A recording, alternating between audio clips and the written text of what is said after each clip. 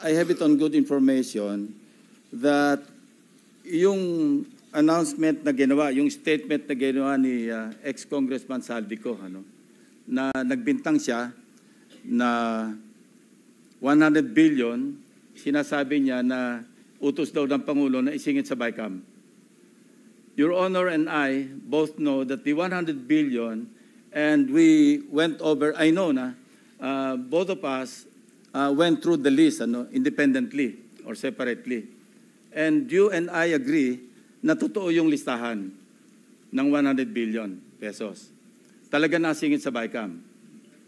But yung sinasabi ni Saldico on social media as posted na nag-deliver siya ng 25 billion representing the 25% commission di umano para kay Presidente, that I will attest na hindi totoo.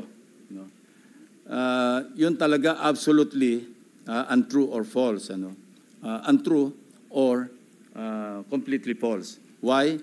Because, last Sunday, I received a call from the camp of former Undersecretary Roberto Bernardo.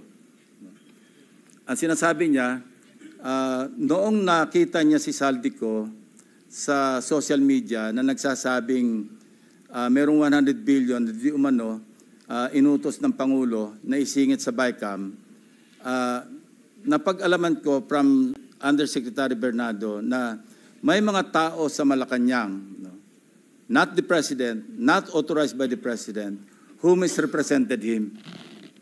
I will name some of them. Undersecretary Adrian Bersamin. He name-dropped the President, making Saldico believe na utos ng Pangulo na ipasok sa BICAM yung insertions na 100 billion. Now, Yusek Traigib Olaybar,